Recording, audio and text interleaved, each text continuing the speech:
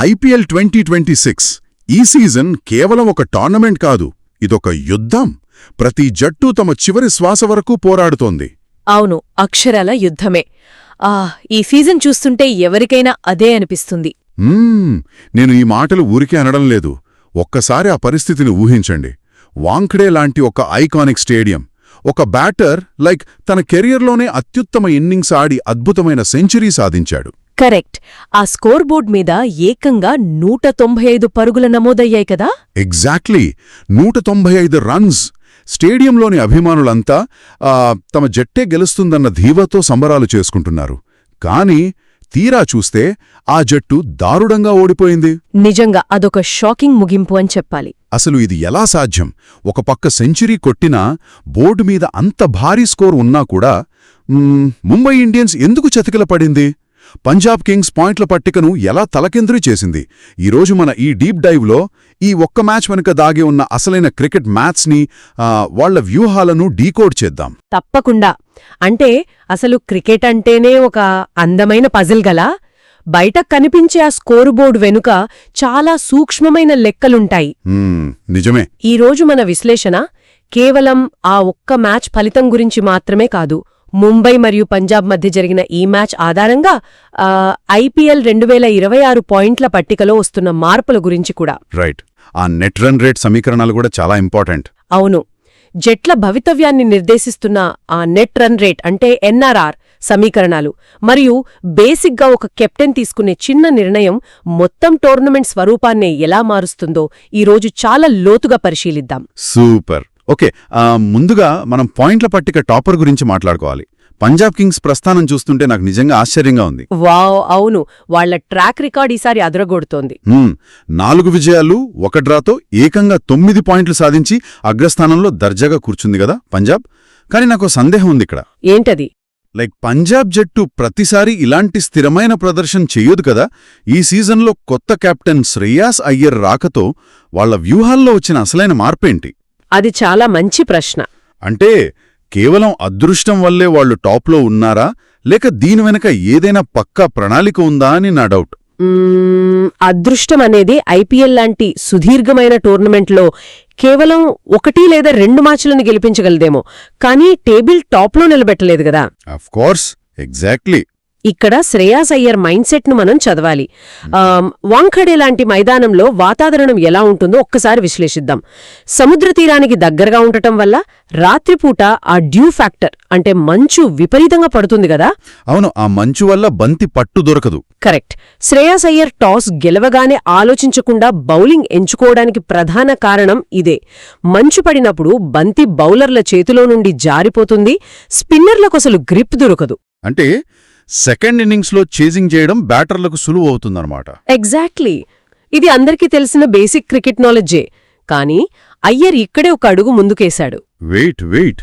అంటే కేవలం టాస్ గెలిచి బౌలింగ్ ఎంచుకోవడం వల్లే వాళ్లు మ్యాచ్ గెలిచేశారంటారా? ముంబైకి కూడా ఆ మంచు ప్రభావం గురించి ముందే తెలుసు కదా. వాళ్ళెందుకు దాన్ని కౌంటర్ చేయలేకపోయారు? మంచి పాయింట్. టాస్ అనేది కేవలం ఒక అవకాశం మాత్రమే, గెలుపుకు గ్యారంటీ కాదు. శ్రేయాస్ అయ్యర్ వ్యూహం కేవలం టాస్ దగ్గరే ఆగిపోలేదు. ఇంకేం చేశాడు? తన బౌలర్లను అతను రొటేట్ చేసిన విధానం ఇక్కడ చాలా కీలకం. పవర్ ప్లేలో స్వింగ్ దొరుకుతున్నప్పుడు అటాకింగ్ ఫీల్డ్ పెట్టి వికెట్ల కోసం ప్రయత్నించాడు. ఆ తర్వాత పిచ్ బ్యాటింగ్కు అనుకూలిస్తున్నప్పుడు ముంబై బ్యాటర్లు భారీ షాట్లకు వెళ్లకుండా కట్టడి చేశాడు కదా. అవును, ఫీల్డ్ ప్లేస్మెంట్స్ భలే మార్చాడు. లక్ష్యాన్ని ముందే కట్టడి చేసి ఆపై ప్రశాంతంగా ఛేదించడం అనే ఈ స్పష్టమైన ప్రణాళికే పంజాబ్ను విజయాల బాటలో నడిపిస్తోంది. నిజమే, వాళ్ల బాడీ లాంగ్వేజ్లో ఆ కాన్ఫిడెన్స్ కనిపిస్తోంది. ముఖ్యంగా ఇలా ప్రణాళికాబద్ధంగా ఛేదించడం వల్ల వాళ్ల నెట్ రన్ రేట్ చాలా సానుకూలంగా మారుతోంది. అంటే కేవలం పాయింట్లు సాధించడమే కాదు, పట్టికలో మిగతా జట్లకు అందనంత ఎత్తులో వాళ్ల ఎన్ఆర్ఆర్ను పెంచుకుంటున్నారు. వావ్, ఈ నెట్ రన్ రేట్ లెక్కలు నిజంగానే మిగతా జట్లకు ఒక సైలెంట్ వార్నింగ్ లాంటివి. బట్ ఇక్కడ మనం ఖచ్చితంగా ముంబై ఇన్నింగ్స్ గురించి పోస్ట్మార్టం చెయ్యాల్సిందే. ఖచ్చితంగా చెయ్యాలి.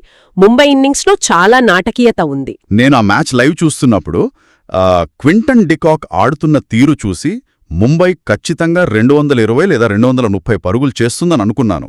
అసలు ఏమాడాడు? అవును, అతని సెంచురీ ఒక మాస్టర్ క్లాస్. 100 పరుగులు చేయడం టీ20లో ఆషామాషీ కాదు. దానికి తోడు నమన్ ధీర్ 50 పరుగులతో అద్భుతమైన ఫౌండేషన్ వేశాడు. వాళ్ళిద్దరూ క్రీజులో ఉన్నప్పుడు ముంబై రన్ రేట్ అసలు ఆకాశాన్ని తాకుతోంది కదా. మార్కో జాన్సన్ బౌలింగ్లో డికాక్ కవర్స్ మీదుగా కొట్టిన ఆ సిక్సర్ అయితే మై గాడ్, అదైతే అద్భుతం. బంతి బ్యాట్కి తగిలిన సౌండ్ స్టేడియం మొత్తం ప్రతిధ్వనించింది గదా. కరెక్ట్. మరి నా క్వశ్చన్ ఏంటంటే, ఇంత విధ్వంసం జరిగిన తరువాత కూడా ముంబై స్కోరు 195 దగ్గర ఎందుకు ఆగిపోయింది? ఎక్కడ తప్పు జరిగింది? మీరు అడిగిన ఈ ప్రశ్నలోనే ముంబై ఓటమికి అసలు కారణం దాగి ఉంది. ఆ డీకాక్ అద్భుతంగా ఆడాడు అనడంలో ఎలాంటి సందేహమూ లేదు. నమన్ధీర్ ఇన్నింగ్స్ కూడా చాలా పరిణతితో కూడుకున్నది. అవును, మధ్యలో ఆ చాహల్ ఒక సులభమైన క్యాచ్ వదిలేయడం కూడా ముంబైకి కలిసొచ్చింది కదా. చేతిలో పడ్డ లడ్డూను జారవిడ్చుకున్నట్లు వదిలేశాడు. ఎగ్జాక్ట్లీ. ఒక స్పిన్నర్ బౌలింగ్లో లాంగ్ ఆన్లో క్యాచ్ వదిలేస్తే ఆ బ్యాటర్కి ఎంత స్వేచ్ఛ దొరుకుతుందో మనకు తెలుసు. ఇన్ని సానుకూల అంశాలున్నా కూడా ముంబై 195 పరుగులకే పరిమితమవ్వడానికి ఏకైక కారణం పంజాబ్ బౌలర్స్ కంబ్యాక్ అంటారా? స్పెసిఫిక్గా చెప్పాలంటే Punjab left arm pacer Arshdeep Singh. ఈ మ్యాచ్ను ముంబై చేతుల్లోంచి లాగేసుకున్న సైలెంట్ కిల్లర్ అతనే. ఓనోను, అర్ష్దీప్ సింగ్ బౌలింగ్ గణాంకాలు నేను చూశాను. 4 ఓవర్లలో కేవలం 22 పరుగులిచ్చి 3 వికెట్లు తీశాడు. టీ20 క్రికెట్లో, అది వాంఖడే లాంటి బ్యాటింగ్ స్వర్గధామంలో ఈ ఎకానమీ రేట్ నమ్మశక్యంగా లేదు గదా. అసలు ఆ స్పెల్లో అంత ప్రత్యేకత ఏముంది? మిగతా బౌలర్లందరూ పరుగులిస్తుంటే అర్ష్దీప్ మాత్రం బ్యాటర్లను ఎలా కట్టడి చేయగలిగాడు? బేసిక్గా దానికి కారణం అర్ష్దీప్ సింగ్ బౌలింగ్ మెకానిక్స్. అతను కేవలం బౌలింగ్ చేయలేదు, ఒక పరీక్షా హాల్లో కఠినమైన ఇన్విజిలేటర్లాగా బ్యాటర్లను బోల్తా కొట్టించాడు. ఇన్విజిలేటర్లాగానా? వావ్, మంచి పోలిక. అవును. వాంఖడే పిచ్పై బంతి బ్యాట్ పైకి చాలా సులభంగా వస్తుంది. బ్యాటర్లు క్రీజ్లో నిలబడి ఎక్కడికైనా షాట్లాడొచ్చు. కాని అర్ష్దీప్ సింగ్ క్రీజ్ను వాడుకున్న తీరు అనన్యసామాన్యము. అంటే యాంగిల్స్ మార్చారంటారా? కరెక్ట్. అతను వికెట్లకు చాలా దగ్గరగా బౌలింగ్ చేస్తూ తన ఎడమ చేతివాటం యాంగిల్తో కుడిచేతివాటం బ్యాటర్లకు బంతిని లోపలికి తీసుకొచ్చాడు. అవుట్ చేసిన బంతి నాకు గుర్తుంది. అది అతని 100వ ఐపీఎల్ వికెట్ కూడా.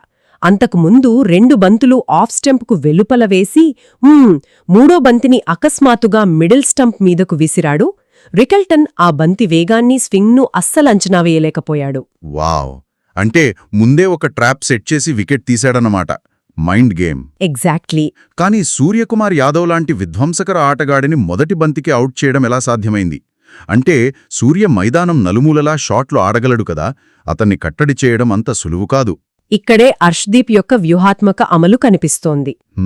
సూర్యకుమార్ యాదవ్ క్రీజ్లోకి రాగానే అతని ట్రిగ్గర్ మూమెంట్ ఎలా ఉంటుందో అర్ష్దీప్కు తెలుసు. సూర్య ఎప్పుడూ లెగ్ సైడ్ ఫ్లిక్ షాట్ ఆడటానికి బాగా ఇష్టపడతాడు కదా. అవును, ఆ స్వీప్లా షాట్ అతని ట్రేడ్మార్క్. దాన్ని ఆసరాగా తీసుకుని అర్ష్దీప్ బంతిని ఆఫ్ స్టంప్ ఆవలగా కాస్త షార్ట్ లెంత్లో విసిరాడు. దీనివల్ల సూర్య తన ఫేవరెట్ షాట్ ఆడలేక కవర్స్ దిశగా ఆడే ప్రయత్నంలో వికెట్ పారేసుకున్నాడు. అమేజింగ్. డెత్ ఓవర్లో కూడా అర్ష్దీప్ ఇదే క్రమశిక్షణను పాటించాడు కదా. అవును. ఆ 19th ఓవర్లో రదర్ఫోర్డ్కు అతను వేసిన యార్కర్ అయితే ఒక ఖచ్చితమైన ఇంజనీరింగ్ డిజైన్ లాగా స్టంప్స్ని గిరాటేసింది. అబ్బా, ఆ సౌండ్ వినడానికి భలే అనిపించింది.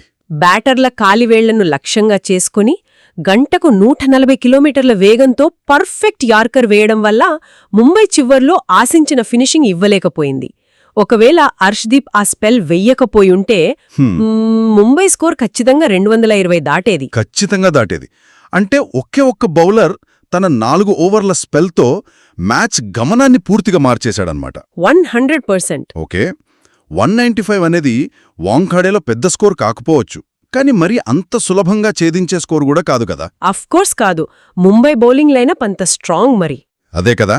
కానీ సెకండ్ ఇన్నింగ్స్ మొదలయ్యాక ఆ పంజాబ్ బ్యాటర్లు ఆడుతున్న తీరు చూస్తే ముంబై బౌలర్ల పట్ల ఏమాత్రం గౌరవం లేనట్లుగా అనిపించింది. ఇదే ఐపీఎల్ అసలు మజా. అవును, పంజాబ్ బ్యాటింగ్ విధ్వంసం అలాంటిది మరి. ప్రభసిమ్రన్ సింగ్ కేవలం 39 బంతుల్లో 80 పరుగులు చేశాడు. బంతిని గ్రౌండ్ నలుమూలలా బాదాడు. పంజాబ్ అసలు ఈ లక్ష్యాన్ని ఎలా ప్లాన్ చేసుకుంది అంటారా? పంజాబ్ చేజింగ్ విధానం ఒక అద్భుతమైన కేస్ స్టడీ అని చెప్పొచ్చు. 195 పరుగుల లక్ష్యాన్ని వారొక పెద్ద పర్వతంలా చూడలేదు.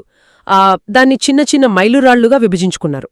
అంటే పవర్ ప్లేకి ఇన్ని రన్స్, మిడిల్ ఓవర్స్కి ఇన్ని రన్స్. ఎగ్జాక్ట్లీ. మొదటి 6 ఓవర్లలో ఫీల్డింగ్ పరిమితులను వాడుకోవాలి అనేది వారి తొలి లక్ష్యం. ఇక్కడ ప్రభసిమ్రన్ సింగ్ పాత్ర చాలా కీలకం. అతను కేవలం గుడ్డిగా బ్యాట్ ఊపలేదు. వాంకడే స్క్వేర్ బౌండరీలు చాలా చిన్నవి కాబట్టి దాన్ని వాడుకున్నాడా? అవును, దాన్ని దృష్టిలో ఉంచుకుని అతను ముంబై బౌలర్ల పేస్ను ఉపయోగించుకుంటూ ఫీల్డర్ల మధ్య ఉన్న గ్యాప్లను లక్ష్యంగా చేసుకున్నాడు. పవర్ ప్లే ముగిసేసరికి పంజాబ్ స్కోరు 61 ఫర్ 2, అంటే రన్ రేట్ పరంగా వారేమాత్రం వెనుకబడలేదు. ఆ తర్వాత వచ్చిన కెప్టెన్ శ్రేయాస్ అయ్యర్ 35 బంతుల్లో 66 పరుగులు చేసి ఇన్నింగ్స్కు ఒక యాంకర్లాగా వ్యవహరించాడు కదా? కరెక్ట్. ప్రభసిమ్రన్ అటాక్ చేస్తుంటే అయ్యర్ స్ట్రైక్ రొటేట్ చేస్తూ ఒత్తిడి రాకుండా చూసుకున్నాడు. కానీ నాకిక్కడ ఒక విషయం అస్సలు అర్థం కావడం లేదు. ఏంటది?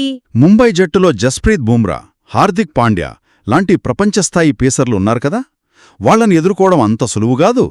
మరీ ముఖ్యంగా 14వ ఓవర్లో హార్దిక్ను, 15వ ఓవర్లో బుమ్రాను పంజాబ్ బ్యాటర్లు నెట్ ప్రాక్టీస్లో ఆడినట్లు వరుస బౌండరీలతో ఉతికేశారు.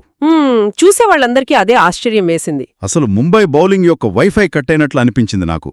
బుమ్రా లాంటి బౌలర్ లైను ఎలా దెబ్బతీశారు వీళ్ళు? ఇది చాలా ఆసక్తికరమైన పాయింట్ అండి. బుమ్రా ఎప్పుడూ ఒక పక్కా ప్రణాళికతో బౌలింగ్ చేస్తాడు, కానీ ఆ రోజు పిచ్ పరిస్థితులు అతనికి సహకరించలేదు. మనం ముందే మాట్లాడుకున్నట్లు ఆ డ్యూ వల్ల బంతి స్కిడ్ అవుతూ బ్యాట్ పైకి వేగంగా వస్తుంది కదా. అవును, అంటే పేస్ బ్యాటర్లకే ప్లస్ అయిందన్నమాట. ఎగ్జాక్ట్లీ. ఇలాంటి పరిస్థితుల్లో ఎంత వేగంగా బౌలింగ్ చేస్తే ఆ బంతి అంతే వేగంగా బౌండరీకి వెళ్తుంది. పంజాబ్ బ్యాటర్లు బుమ్రా బౌలింగ్లో కొత్తగా ఏమీ ప్రయోగాలు చెయ్యలేదు. కేవలం బంతి గమనాన్ని ముందే పసిగట్టి ఆ పేస్ను బౌండరీల వైపు మళ్లించారు. Smart play. మరి హార్దిక్ పాండ్యా? ఇక హార్దిక్ పాండ్యా విషయానికొస్తే అతను షార్ట్ బాల్స్తో భయపెట్టాలని చూశాడు. కానీ వాంకడే పిచ్పై సెట్ అయిన బ్యాటర్లకు షార్ట్ బాల్ వేయడమంటే వారికి ఒక బహుమతి ఇచ్చినట్లే. నిజమే. ఈ పరిస్థితుల్లో దీపక్ చహర్ వేసిన మొదటి ఓవర్ గురించి కూడా మనం మాట్లాడుకోవాలి. అతని ఏకంగా మొదటి ఓవర్లోనే 21 పరుగులు సమర్పించుకున్నాడు. అవును, ఆ ఓవర్ మొత్తం మ్యాచ్ మొమెంటంనే మార్చేసింది. ఇది జట్టు మానసిక స్థైర్యాన్ని ఎంతలా దెబ్బతీస్తుందంటారు? చాహర్ ఓవర్ ఆ మ్యాచ్కొక టోన్ సెట్ చేసింది అనడంలో డౌట్ లేదు. టీ20 క్రికెట్లో మొమెంటం అనేది చాలా ముఖ్యం. మొదటి ఓవర్లోనే 21 పరుగులు రావడమంటే పంజాబ్ బ్యాటర్ల భుజాలపై ఉన్న ఒత్తిడి అంతా ఒకేసారి తొలగిపోయినట్లు లెక్క. వావ్! అంటే ముంబై బౌలర్ల మైండ్లో అప్పుడే అలజడి మొదలైందనమాట. అవును, మేము ఎంత బాగా బౌలింగ్ చేసినా ఈ పిచ్పై పరుగులు వెళ్తాయి అనే ఒక నెగటివ్ థాట్ వాళ్లలో ప్రవేశించింది. ఇక్కడ మనం పంజాబ్ కుర్రాళ్లు ప్రియాన్ష్ ఆర్య మరియు కూపర్ కోహ్లీ గురించి కూడా ప్రత్యేకంగా ప్రస్తావించాలి. ఆర్య 15 పరుగులు, కోహ్లీ 17 పరుగులు చేశారు కదా. కరెక్ట్.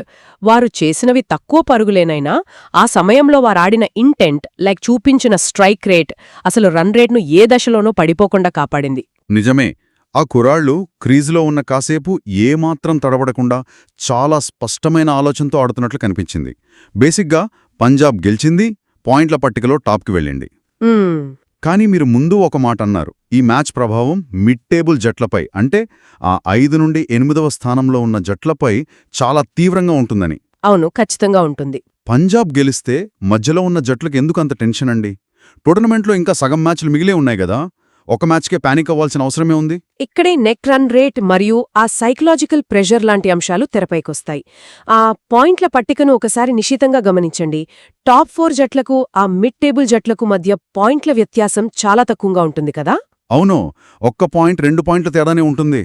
పంజాబ్ లాంటి జట్టు ఒక భారీ లక్ష్యాన్ని 18 లేదా 19 ఓవర్లలోనే ఛేదించేస్తే వారి ఎన్ఆర్ఆర్ ర్యాకెట్లాగా పైకి వెళ్తుంది. దీనివల్ల 5వ లేదా 6వ స్థానంలో ఉన్న జట్లు కేవలం పాయింట్లు సాధిస్తే సరిపోదు, వారు కూడా భారీ విజయాలు నమోదు చేయాల్సొస్తోంది. అంటే ఒక ఓటమి అంతే, కథ ముగిసింది అనే రేంజ్లో ప్రెషర్ ఉంటుందన్నమాట. ఎగ్జాక్ట్లీ. ఒకవేళ ఏ 2 జట్లకైనా పాయింట్లు సమానంగా వస్తే అప్పుడు ఈ నెట్ రన్ రేటే కదా ప్లే ఆఫ్ బర్త్ను డిసైడ్ చేస్తుంది.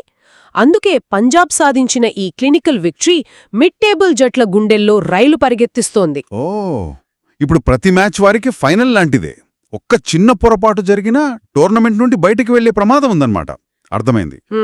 అంటే ఒక జట్టు సాధించే భారీ విజయం మిగతా జట్ల వ్యూహాలను కూడా మార్చుకునేలా చేస్తుంది. ఇప్పుడు వారు జాగ్రత్తగా ఆడాలా లేక రిస్క్ తీసుకుని రన్ రేట్ పెంచుకోవాలా అనే సందిగ్ధంలో పడతారు. కరెక్ట్. అనుకున్నట్లు వారు ఇంకా తమ తొలి విజయం కోసం వెతుకుతున్నారు. అవును, వాళ్ల పరిస్థితి మరీ దారుణంగా ఉంది. ముంబై ఇండియన్స్ పరిస్థితి కూడా కేవలం 1 విజయం, 4 టెన్షన్లు అన్నట్లుగా తయారైంది. అసలు ఈ ఛాంపియన్ జట్లకేమైంది? వాళ్ల జట్టు కూర్పులో లోపముందా లేక అమల్లో విఫలమవుతున్నారా? బేసిక్గా ముంబై మరియు కోల్కతా లాంటి జట్ల వైఫల్యానికి ప్రధాన కారణం సమష్టి కృషి లోపించడమండి. అంటే టీంవర్క్ మిస్ అవుతోందంటారా? అవును. ఈ ముంబై మ్యాచ్నే ఉదాహరణగా తీసుకుందాం. బ్యాటింగ్లో డీకాక్ 1 మ్యాన్ ఆర్మీలాగా పోరాడాడు. బౌలింగ్లో చూస్తే బుమ్రాపైనే మొత్తం భారం పడింది. కరెక్ట్. మిగతా వాళ్ళు పెద్దగా సపోర్ట్ ఇవ్వలేదు. టోర్నమెంట్ గెలవాలంటే ఒకరిద్దరు స్టార్ ఆటగాళ్లుంటే సరిపోదు. ప్రతి ఒక్కరూ తమ వంతు పాత్ర పోషించాలి. అదే పంజాబ్ జట్టును చూస్తే బౌలింగ్లో అర్షదీప్తో పాటు బార్లెట్, శశాంక్ సింగ్ లాంటి అన్క్యాప్డ్ ప్లేయర్లు కూడా పరుగులు కట్టడి చేసి తమ బాధ్యత నిర్వర్తించారు కదా. అవును. ఫీల్డింగ్లో కూడా పంజాబ్ అద్భుతంగా రాణించింది. ఒక దశలో ముంబై బ్యాటర్లు ప్రమాదకరంగా మారుతున్నప్పుడు విజయకుమార్ వైశాఖ్ చేసిన అద్భుతమైన రన్అవుట్ మ్యాచ్ స్వరూపాన్నే మార్చేసింది. ఎగ్జాక్ట్లీ. ముంబై ఆటలో ఈ సమన్వయం ఎక్కడా కనిపించలేదు. ముంబైలో వ్యక్తిగత ప్రతిభ ఉంది కానీ అది ఒక జట్టుగా రూపాంతరం చెందడం లేదు. ఈ పాయింట్ చాలా లాజికల్గా అనిపిస్తుంది. ఆ మ్యాచ్లో ముంబై బౌలర్ల ముఖాల్లో ఆ నిస్సహాయత స్పష్టంగా కనిపించింది. మరి ఈ పరిస్థితి నుండి ముంబై లేదా కోల్కతా లాంటి జట్లు కోలుకునే అవకాశముందా? అవకాశం లేదని చెప్పలేం. అంటే ఐపీఎల్ చరిత్రలో ఇలా వెనుకబడి ఉండి కూడా అద్భుతంగా పుంజుకుని ప్లేఆఫ్కి వెళ్లిన సందర్భాలు మనం చాలా చూశాం కదా. తాలపై కూడా ఆధారపడాల్సి ఉంటుంది. అవును, అది చాలా కష్టం. అయితే ఇక్కడొక ఆసక్తికరమైన ట్విస్టుంది. ఒకవేళ ఈ అట్టడుగు జట్లు ప్లేఆఫ్ రేస్ నుండి అధికారికంగా తప్పుకుంటే అప్పుడు వారు పార్టీ పూపర్స్ లాగా మారతారు. పార్టీ పూపర్సా? అంటే మిగతా వాళ్ల పార్టీని చెడగొడతారా? అవును. అంటే వాళ్లకు కోల్పోవడానికి ఏమీ ఉండదు కాబట్టి ఎలాంటి ఒత్తిడి లేకుండా చాలా స్వేచ్ఛగా ఆడతారు. అలాంటి సమయంలో వారు పంజాబ్ లేదా చెన్నై లాంటి టాప్ జట్లను కూడా ఓడించి పాయింట్ల పట్టికలో పెద్ద ప్రకంపనలు సృష్టించగలరు. వావ్, నిజంగానే. అంటే టాప్లో ఉన్న జట్లు కూడా మా స్థానం సేఫ్ అని రిలాక్స్ అవ్వడానికి అస్సలు వీల్లేదనమాట. అస్సలు వీల్లేదు. ఎప్పుడు ఎవరిని ఓడిస్తారో చెప్పలేం. అంటే ముందు ముందు జరగబోయే మ్యాచ్లలో నాటకీయత మరింత పెరగబోతుందన్నమాట. అట్టడుగు జట్లు ఎదురుదాడికి దిగితే ఈ పాయింట్ల పట్టిక ఒక పామునిచ్చిన ఆటలాగా క్షణక్షణం మారిపోవడం ఖాయం. ఒక అద్భుతమైన క్యాచ్ లేదా ఒక స్టూపిడ్ రనౌట్ మొత్తం సీజన్ తలరాతనే మార్చేస్తుందనడంలో సందేహం లేదు కదా. ఖచ్చితంగా. కానీ మనం ఈ ఎపిసోడ్ ముగించే ముందు ఈ మ్యాచ్ మన ముందుంచిన ఒక లోతైన ప్రశ్న గురించి విశ్లేషించాలి. చెప్పండి, ఏంటా ప్రశ్నే? ముంబై ఇండియన్స్ ఓటమి మనకు ఒక పెద్ద పాఠం నేర్పుతోంది. ఒక బ్యాటర్ ఎంత అద్భుతమైన సెంచరీ సాధించినా, ఒక బౌలర్ తన ప్రాణం పెట్టి బౌలింగ్ చేసినా క్రికెట్ అనేది అంతిమంగా ఒక టీం గేమ్. అక్షరలా నిజం. సమష్టిగా ఒక ప్రణాళికను అమలు చేసే పంజాబ్ లాంటి జట్టే చివరకు విజయం సాధిస్తుంది. వ్యక్తిగత ప్రతిభ మీకు ఒక మ్యాచ్లో కొన్ని అద్భుత క్షణాలను ఇవ్వగలదు, కానీ సమష్టి వ్యూహం మాత్రమే మీకు టోర్నమెంట్లను గెలిపిస్తుంది. ఈ వ్యత్యాసాన్ని అర్థం చేసుకున్న జట్లే ఐపీఎల్ 2026లో ప్లేఆఫ్కి చేరుకుంటాయని నా నమ్మకం. వావ్, నిజంగా ఆలోచించాల్సిన విషయమే. వ్యక్తిగత ప్రతిభ వర్సెస్ సమష్టి వ్యూహం, ఈ రెండింటి మధ్య ఉన్న సన్నని గీతను ఈరోజు పంజాబ్ ముంబై మ్యాచ్ ద్వారా మనం చాలా స్పష్టంగా డీకోడ్ చేశాము కదా. అవును, ఇది ఒక అద్భుతమైన డీప్ డైవ్ అని చెప్పాలి. ఈ వాంకడే స్టేడియంలో వినిపిస్తున్న అరుపులు, ఈ ఐపీఎల్లో జట్ల మధ్య జరుగుతున్న ఆధిపత్య పోరు చూస్తుంటే అసలైన క్రికెట్ మజా ఇప్పుడే మొదలైనట్లనిపిస్తోంది. ఏమంటారు? 100%. అసలైన యాక్షన్ ముందుంది.